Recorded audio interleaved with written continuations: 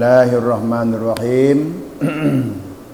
Man udzina lahu, barang siapa yang diberi izin, fitabiri, di dalam menguraikan ilmu-ilmu kaum sufi, fuhimat, maka dimudahkan paham, fisamil khalqi, orang-orang yang mendengarkannya, ibaratuhu, uraian-uraiannya mudah dipahami kalau orang itu diberi izin.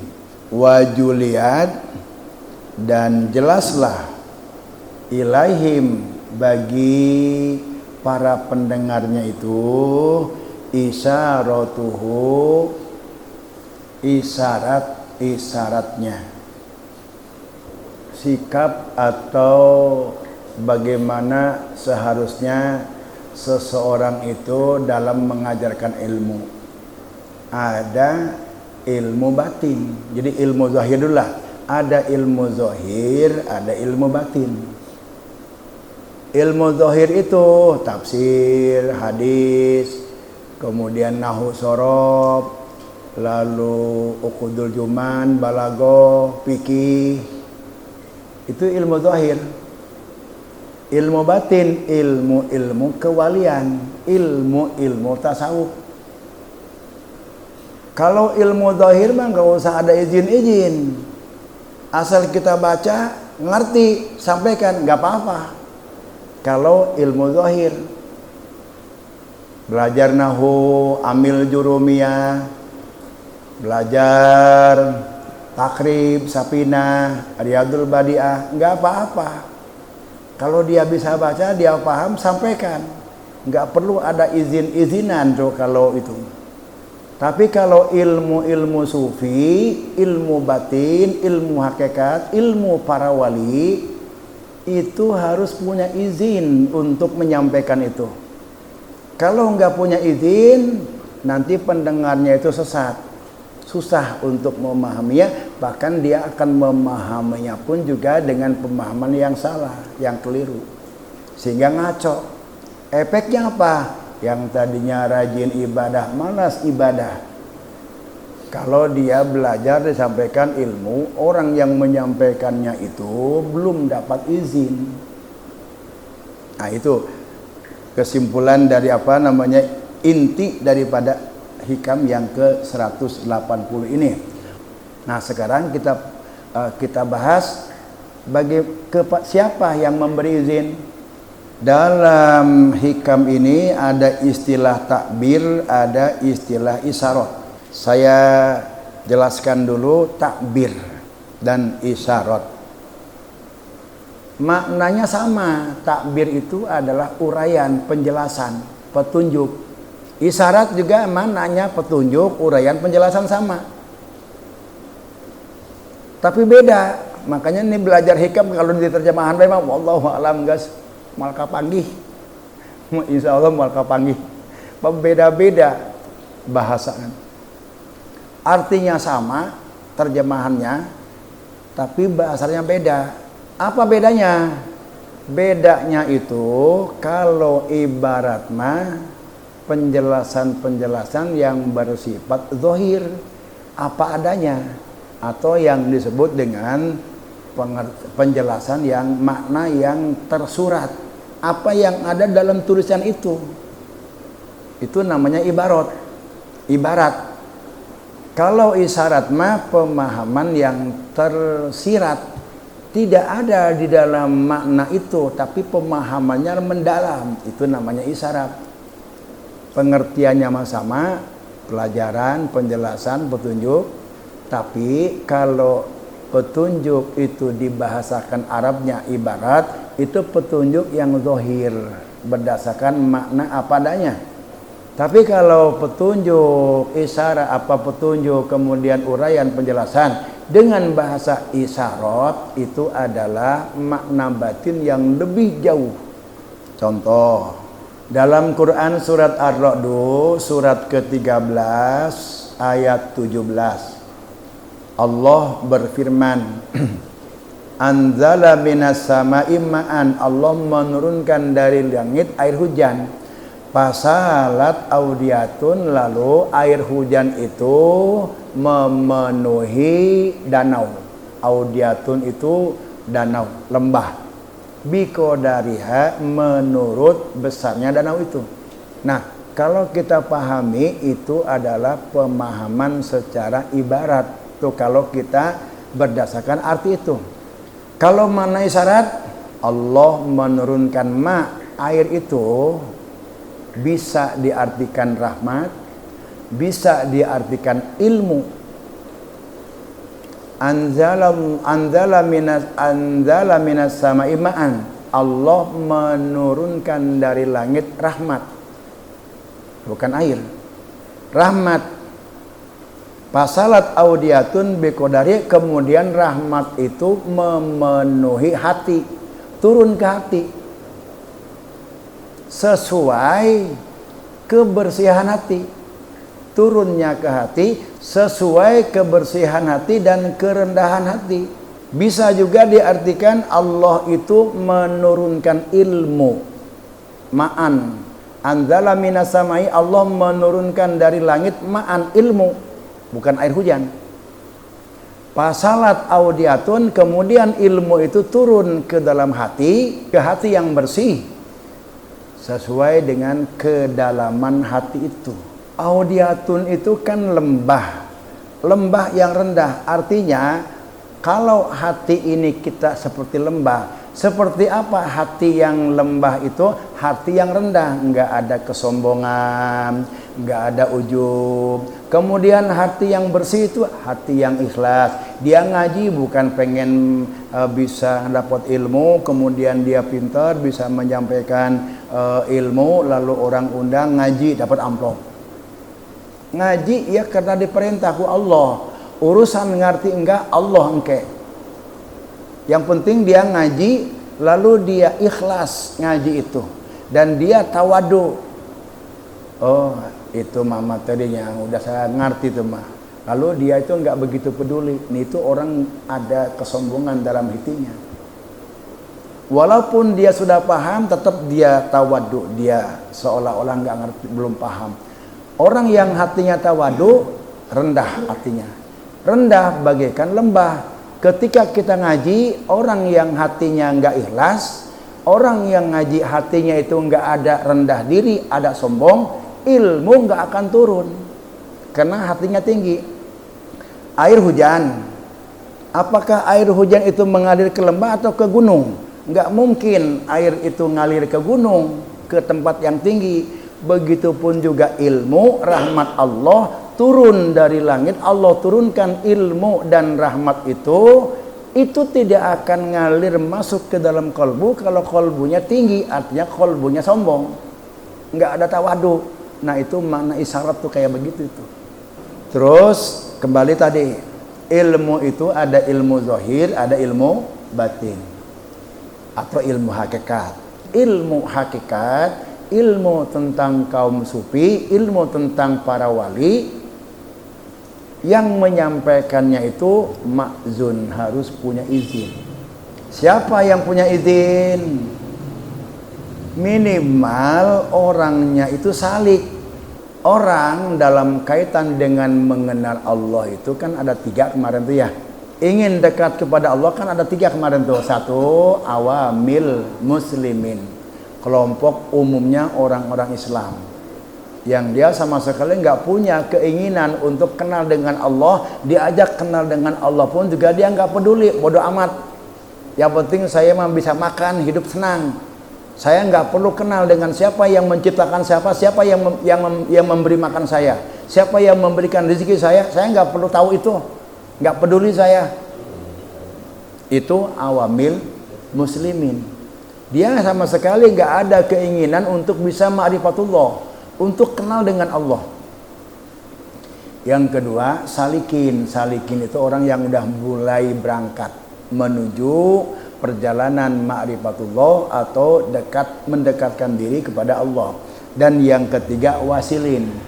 Wasilin itu orang yang sudah sampai pada Allah. Nah, man udzina lahu aumil mu'minin memang nggak akan diizinkan untuk menyampaikan ilmu-ilmu. Misalkan nih orang nih bisa baca kitab, banyak kitabnya, tapi dia belum ada keinginan untuk kenal dengan Allah, mau zikir, talqin. Dia cuma bisa menyampaikan ilmu-ilmu zahir saja. Itu ghair ma'dzun, belum termasuk kelompok orang-orang yang bisa diberi izin. Kalau dia belum ada masuk ke dalam ranah salikin, itu belum orang-orang yang bisa diberi izin. Walaupun dia bisa pintar baca kitab, kitabnya banyak, tapi dia belum ada keinginan rencana untuk kenal dengan Allah sehingga dia bisa mewiridkan istiqomah di dalam berzikir kepada Allah Subhanahu wa taala. Mungkin dia baru sampai di awamil muslimin yang sudah mendekati salikin. Nah, kalau salikin bagaimana? Salikin itu ahli ibadah sudah, zikir sudah, istighfar sudah. Ada timbul keinginan di hati ingin kenal dengan Allah. Siapa sih yang menghidupkan saya? Siapa sih yang memberikan nikmat saya? Siapa sih yang memberikan rezeki saya dan seterusnya? Saya pengen kenal. Nah, dengan adanya pengen kenal, lalu dia cari guru, pengen ditalkin. Begitu ditalkin, dia mulai berangkat. Nah orang yang seperti itu berarti dia sudah salikin. Salikinnya baru mulai berangkat. Catatan berangkat atau tidak apabila dia sudah mulai dari makom spiritual atau makom taubat. Jadi awal keberangkatan salik itu taubat dulu. Bukan hanya sebulan sekali, bukan hanya yang haram aja, yang dia yang makruh dia tinggalkan, sunnah-sunnah pun juga kalau memang dia biasa melaksanakan, kemudian dalam keadaan dia mampu leluasa kemudian dia tidak melaksanakan, dia tobat. Bahkan yang udah lebih tinggi lagi, dia nggak zikir aja, nggak ingat kepada Allah, dia tobat. Dia tobati, dianggap sebagai sebuah kesalahan. Makom pertama tobat. Dia tobat. Pagi subuh dia merenung, dia audit kehidupan dari malam sampai subuh.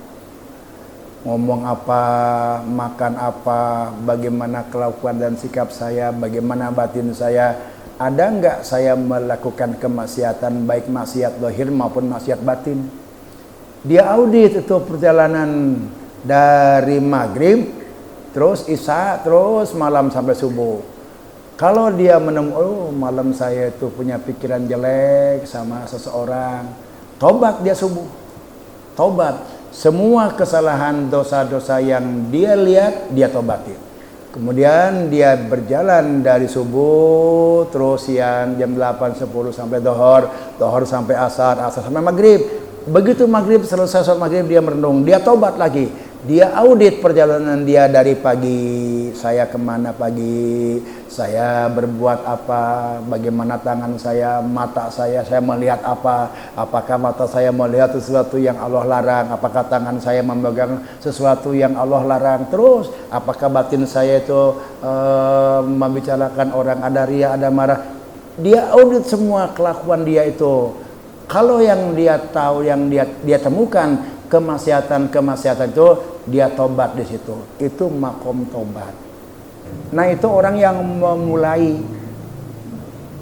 Kita mau zikir, nek tarekat tobat encan. Kita memulai dari mana tuh? Ulah langsung mulai dina wusul ke Allah. Terbalik, nggak akan langsung buru-buru nyampe wusul ke Allah, makrifat ke Allah. Tobat dulu, itu adalah merupakan halte pertama yang harus dilalui oleh orang-orang yang baru berjalan menuju perjalanan dekat atau makrifatullah. Lalu setelah itu naik ke waro. Waro itu dia berhati-hati, jangan sampai ada yang dimakan itu barang-barang yang haram, barang-barang yang subhat, apalagi haram. Subhat abia dia udah gak mau. Dia selalu apik apa yang dia makan, apa yang dia pakai, apa yang dia gunakan, apa yang dia makan, apik dia. Ya kalau bahasa kita orang yang apik, waro. Terus naik zuhud. Zuhud itu orang yang sudah memerdekakan diri dari dunia, yang sifatnya dunia itu yang membawa dia jauh kepada Allah. Tapi kalau dunia justru yang mengantarkan dia dekat kepada Allah, ya dia cari. Enggak semua dunia jelek. Walaupun dinyatakan di dalam Al-Quran bahwa dunia itu adalah permainan. Tetapi kalau dunia itu bisa kita bawa, dan justru dunia itu akan mendekatkan kita kepada Allah, itu dicari yang begitu. Punya dunia, ada orang minta bantuan sedekah, kan itu dunia mendekatkan diri kepada Allah. Ada dunia ngenambai sia minta, kemudian punya sawah, panen, suruh zakat, ngenambai sia minta zakat, aing nu capek sawah-sawah aing mau mahal ratusan juta, minta baik. Itu dunia yang menghalangi dia dekat kepada Allah. Dunia nukos gitu, nukudu dijauhan, atau hati orang kudu diomean. Bawa dunia itu kepada Allah. Nah, zuhud dunia itu yang begitu. Bukan berarti orang zuhud dunia itu orang gak punya apa-apa. Kemana-mana jalan kaki, baju pun juga cumpang-camping, kopi aja yang seberem, lain nukos gitu lain. Zuhud itu dia membebaskan diri dari dunia yang menjauhkan dia kepada Allah. Zuhud itu kayak begitu. Nah, orang yang taubat waro zuhud baru ada di sekitar itu salik pemula. Salik pemula. Nah, kalau dia udah taubat waro zuhud, naik dia ke tawakal, pasrah kepada Allah. Geus kumaha Allah baik. Apapun yang terjadi di alam dunia enggak lepas dari kudrat irodat afal Allah.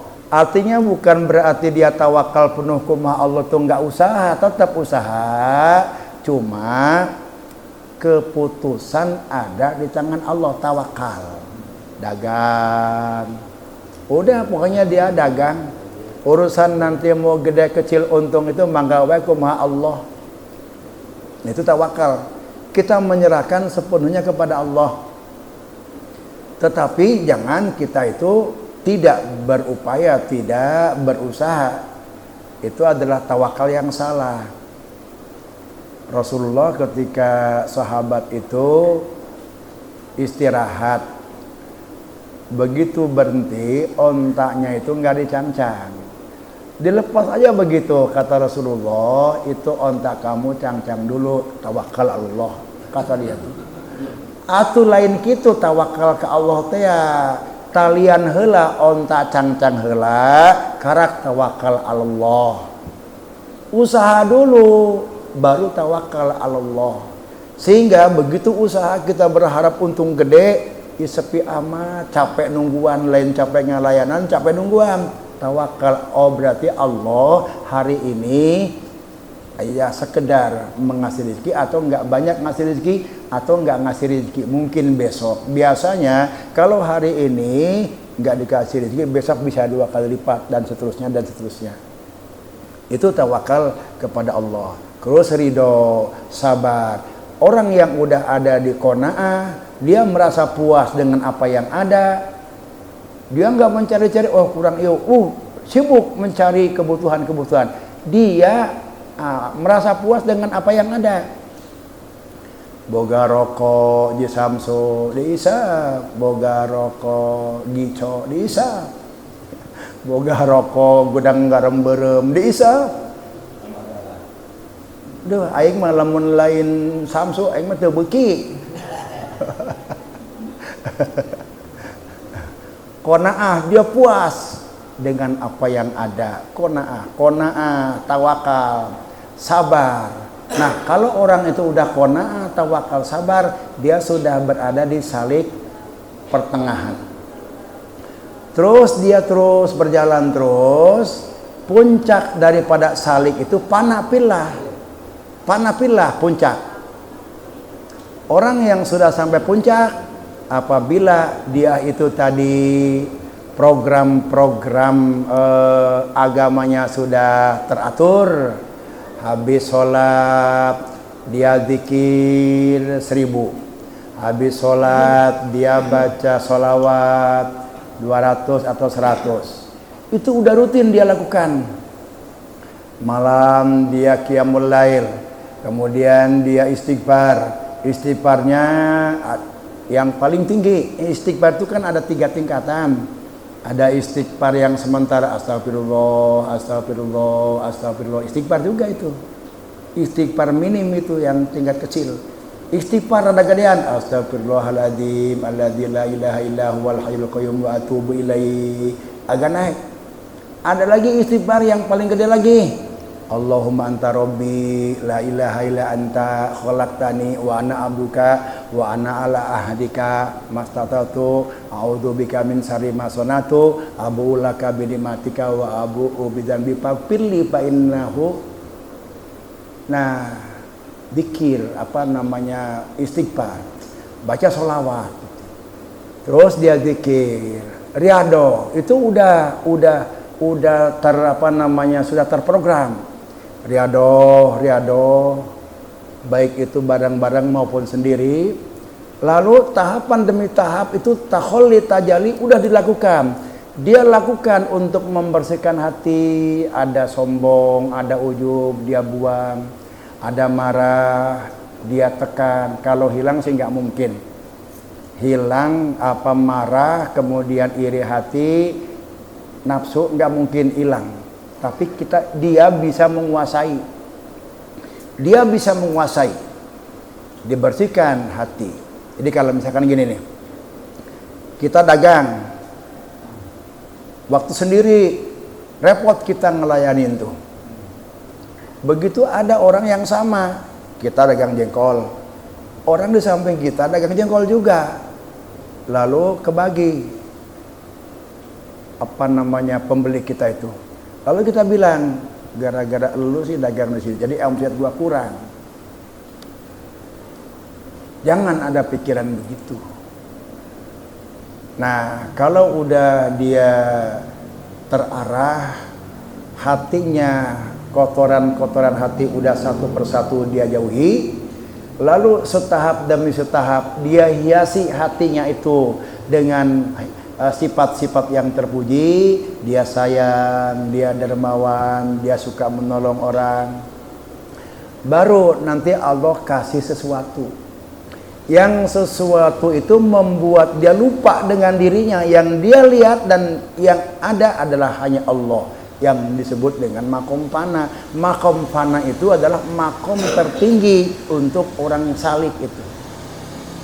Jadi ada salik pemula, ada salik pertengahan, ada salik muntaha, yang itu kalau dia di situ enggak turun lagi, maka Allah beri sesuatu yang sesuatu itu menjadikan dia lupa dengan dirinya. Yang dia lihat hanya Allah saja di alam semesta ini.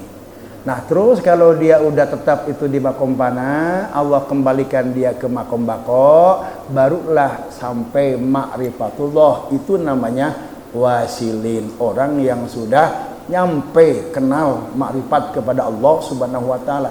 Jadi ini jauh. Ini nih Bapak Ibu yang udah nyampe, udah ada di taraf wasilin. Wasilin kita nih coba cek. Udah di mana nih? Udah di taubat, waro, zuhud, udah lewat belum?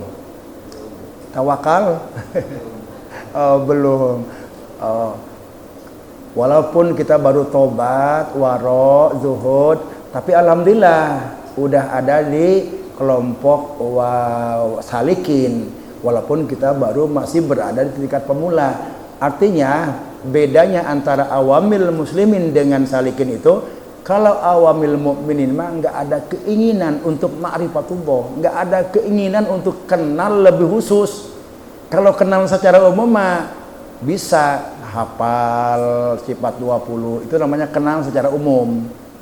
Ini yang dimaksudkan dengan salikin itu orang yang punya keinginan untuk kenal secara khusus menurut ahli sufi. Kalau orang yang belum kenal walaupun dia bisa baca kitab, itu belum dikatakan salikin, baru dikatakan mendekati kelompok salikin. Tapi kalau dia sudah ada punya keinginan untuk kenal lebih khusus kepada Allah Subhanahu wa taala, dan dia sudah mulai menjalani tahapan-tahapan spiritual, makom taubat, makom zuhud, makom waro dan seterusnya, itu udah salikin. Nah, baru masuk ke sini, man uzina lahu, barang siapa yang diberi izin lahu bagi orang itu. Jadi nggak semua orang yang udah dalam kelompok salikin. Kalau yang awamil mukminin mah nggak akan diberi izin. Nggak bisa kalau orang itu baca kitab banyak, pinter dia ilmu-ilmu zahirnya, tapi dia nggak ada punya keinginan khusus untuk kenal marifat kepada Allah, itu belum kelompok orang yang akan diberi izin untuk menyampaikan ilmu-ilmu batin. Nah, hikam yang ke-181 ini man udzina lahu, untuk orang-orang yang udah disalikin akan diberi izin oleh Allah. Siapa yang memberi izinnya? Satu, yang memberi izinnya itu mursid, guru pembimbing, mursid. Artinya orang yang sudah ditalkin itu dia udah dapat izin untuk menyampaikan ilmu-ilmu kewalian, ilmu-ilmu sufi. Kalau orang yang belum diizin, belum ada izin dari murabbi, jangan coba-coba ngajar ilmu sufi, jangan coba-coba ngajar ilmu kewalian, jangan coba-coba mengajarkan ilmu hakikat, jangan coba-coba mengajarkan ilmu batin. Dulu saya juga goyang mau berhenti nih. Awalnya saya baca, begitu baca enak amat, ini tenang katanya. Timbul keinginan untuk menyampaikan, lalu ngaji, dapat 2 hikam, nggak dengar dari Cilongok. Hati-hati sih ya, menang izin can sih ya. Ngerempot saya, bilang ya kumaha saya lah urutan baiklah. Ente enggak tenang, udah dapat talkin ini, talkin. Lanjut lagi baca lagi saya. Nah, untuk mendapatkan izin berikutnya, saya bulan puasa ikut pasaran di Sukabumi di Kang Jejen. Jadi talkin izin dari guru dapat, izin dari guru yang menyampaikan hikam ini juga dapat. Silakan kalau yang udah bisa menyampaikan mah, insya Allah. Jadi izin yang memberikan izin itu satu, guru mursyid. Yang kedua, guru yang pernah mengajarkan. Yang ketiga, langsung Allah yang memberi izin, langsung Allah. Nah, bagaimana ciri-cirinya? Dia nggak punya guru, tapi dia diberi izin oleh Allah. Di sini dijelaskan ada ciri-ciri orang yang nggak punya mursyid, tapi dia diizinkan oleh Allah untuk menyampaikan ilmu-ilmu kewalian. Nah, di sini ada izin-izinnya. Apa itu? Man uzina lahu fit ta'bir. Barang siapa yang Allah izinkan fit ta'bir untuk menyampaikan ilmu-ilmu kewalian, fuhimat fi samil khalqi, omongannya itu mudah dimengerti oleh para pendengar, wajuliat dan jelas petunjuk-petunjuknya itu. Lalu alamatnya apa? Wa alamatul ma'zun fit ta'bir. Ciri-ciri orang yang sudah dapat izin dari Allah untuk menyampaikan ilmu-ilmu kewalian itu ayyakuna kalamuhum mafhuman. Kalau dia ngajar itu omongannya mudah dicerna gitu, mudah dipahami gitu. Wa makbulan, diterima, masuknya bukan ke telinga tapi masuk ke hati, diterima. Oh iya, oh iya. Wa muta'asiran, lalu ada bangkit keinginan untuk mau melaksanakan ilmu itu. Nah, itu ciri-ciri. Walaupun dia nggak punya mursyid, itu ciri-ciri dia sudah ditalkin, sudah diizinkan oleh Allah Subhanahu wa taala. Alamatul ma'dzun fi ta'bir ayyakuna kalamuhu mafhuman makbulan wa muta'assiran fi qulubis sami'in. Penjelasan, kemudian kata-katanya itu, keterangan-keterangannya itu mafhuman, bisa dipahami, makbulan, diterima sesuai dengan kemampuan akal kita masing-masing. Orang ini semua pemahamannya kan beda-beda, tapi semua bisa menerima, bisa memahami. Wa muta'asiron, ada rasa bangkit untuk pengen ngamalin itu. Wa intakallama bikalamin wajizin, walaupun ngomongnya mah belupat balepot, itu si gurunya itu ngomongnya belupat balepot, tapi orang itu paham gitu. Saya ada banyak pengalaman dulu mah nih belum ngaji ini. Eta jelema jadi ngajar ngaji mah biasa baik. Tapi ku masyarakat dipakai ilmu natea dijikeun ke kolot. Kalau saya mohon maaf ini saya sering sebelum saya ini, masya Allah saya juga. Eta jelema jangan pinter-pinter amat, jangan macam kita nekos gitu. Tapi ku masyarakat masya Allah eta dijadikan kokolo, dipercaya banyak santrinya. Nah itu adalah orang yang diizinkan Allah Subhanahu Wa Taala. Wa intakallama bikalamin wajib, walaupun omongannya belepotan, susah dimengerti, tapi Allah permudah mustaminya itu untuk memahami dan dia merasa adem ngedengar omongannya itu. Antakallaba bikalamin wajizin khafifin. Kenapa? Li anna kalamahu, karena omongan orang yang sudah Allah beri izin untuk menyampaikan ilmu-ilmu kewalian itu maksuhun bil anwar, sudah Allah pakai bajunya dengan cahaya-cahaya ketuhanan. Jadi sebelum dia ngomong, Allah menitipkan cahaya ketuhanan di dalam kalbu orang yang sudah Allah izinkan untuk menyampaikan ilmu-ilmu kewalian itu, dan nur Allah itu berangkat keluar lebih dahulu menembus hati-hati para mustami. Begitu dia ngomong, hati mustami sudah terbuka. Itu yang pertama. Yang kedua, yang ngajarnya itu ikhlas. Gak pengen dibayar, gak pengen amplop, gak melihat orang banyak atau sedikit, mau 2 orang, mau 3 orang yang ngaji, semangat terus dia ngaji. Mau banyak orang, gak lebih meningkat semangatnya, biasa aja.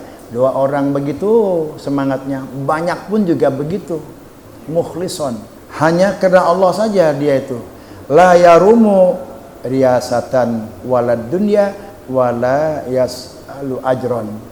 Nggak ada tujuan-tujuan kepangkatan, banyak pengikut. Kalau banyak yang ngaji, senang dia. Lalu dia merasa hebat karena dia menyampaikan sesuatu, semakin banyak pengikutnya, dia senang. Nggak begitu kalau orang-orang yang diberi izin Allah untuk menyampaikannya, bukan. Dia kena ada keikhlasannya, apapun keadaannya tidak mempengaruhi kolbu dia. Sedikit, banyak, nggak ada pengikut, banyak pengikutnya, biasa aja. Banyak pengikut, nggak ada pengikut, sebab dia ke Allah, bukan ke makhluk, bukan kepada mustami. Seperti halnya ini terjadi dalam hikayat Nabi Nuh. Nabi Nuh alaihissalam. Nabi Nuh itu kan umatnya bandel-bandel, selalu memusuhi. 950 tahun berdakwah cuma 70 orang muridnya. Terus murid-murid yang bandel itu setiap punya anak yang dewasa itu dibeat sama bapaknya, awas ya, kalau kamu itu mendukung ikut kepada Nabi Nuh, kamu harus memusuhi Nabi Nuh dan benci kepada ajaran Nabi Nuh. Udah dibeat itu. Anak-anak kaumnya Nabi Nuh kalau dia dewasa dibeat itu. Lah terus ketika ngaji di majlis Nabi Nuh itu, murid-muridnya orang-orang miskin. Lalu orang-orang kaya itu, para pejabat, orang yang kaya banyak duit, dia nggak mau masuk ke dalam majlis ini karena di dalamnya banyak orang-orang miskin. Lalu dia kalau sekarang mah mungkin nge-WA dia. Nge-WA ke ustadznya. Ini kita nih kelompok orang-orang kaya mau ngaji, masuk ke dalam. Tolonglah itu orang-orang miskin suruh keluar lah. Jangan di dalam. No, di sana di depan no. Nanti kami masuk. Kalau mungkin sekarang mah nge-WA dulu tuh orang-orang kaya itu ke ustadznya, dilihat WA. Begitu dilihat WA oleh Nabi Nuh itu. Wa ya qaumi, wahai kaum-kaumku, la as'alukum alaihi malan. Saya ngajar ini, saya nggak berpikir amplop, nggak ingin dibayar oleh mereka. Dan saya tidak akan minta kepada mereka. Dan juga tidak akan minta kepada engkau. In ajriya illa 'alallah. Tetapi yang akan memberikan upah kepada saya itu Allah, bukan kamu. Kamu mah nggak bisa ngasih apa-apa. Maka harus ikhlas dan jangan ada tujuan-tujuan selain Allah, apalagi yang namanya tujuan-tujuan dunia, riasa dan ingin upah. Nah, orang yang sudah mendapatkan izin untuk mengajarkan ilmu-ilmu kewalian itu, dia tandanya dia ikhlas, tidak mengharapkan apa-apa, tidak terpengaruh oleh banyak dan sedikitnya pendengar, mau banyak mau sedikit tetap aja dia mau berjalan karena dia mau udah manteng ke Allah Subhanahu wa taala. Dan yang ketiga, wa ayyakuna mutawakkilan 'ala Allah wa la yahrisu illa 'ala ada amanatillah. Dia kalau dia ngajar ngaji, orang yang sudah mendapatkan izin untuk menyampaikan uraian-uraian tentang ilmu kewalian itu, dia tidak punya keinginan lain kecuali dia merasa kewajiban dia untuk menyampaikan ilmu yang Allah berikan kepada dia. Nah, Rasulullah SAW bersabda, "Ballighu anni walau ayatan." Tolong sampaikanlah apa yang kau paham dan apa yang kau dapat dari aku, walau ayatan, walaupun hanya satu ilmu, walaupun hanya satu ayat, tolong sampaikan kepada orang lain. Ballighu anni walau ayatan. Orang ini dia punya amanah untuk menyampaikan ilmu pengetahuan dari Rasulullah SAW, dari Allah Subhanahu wa taala. Itulah ciri-ciri orang yang sudah mendapatkan izin dari Allah Subhanahu wa taala. Lalu kalau orang yang tidak mendapatkan izin, itu nanti akan dijelaskan di dalam hikmah yang ke 182, rubbama barazatil haqaiqu maksufatal anwar. Omongannya itu tertutup, nggak ada cahaya-cahaya dan nggak ada nur ilahi. Poek benu ayat. Walaupun dia berbicara dihiasi dengan puisi-puisi hebat, bicaranya dibikin gelap oleh Allah Subhanahu wa taala. Begitu masuk ke dalam kolbu, para mustami itu salah paham, berubah sikap. Ketika dia tadinya rajin, begitu ngaji ke orang yang nggak dijadikan itu malah jadi malas ngaji. Nah, itu nanti akan dibahas lebih lebar lagi pada hikmah yang ke 182. Hikmah yang ke 182, wallahu a'lam bishawab.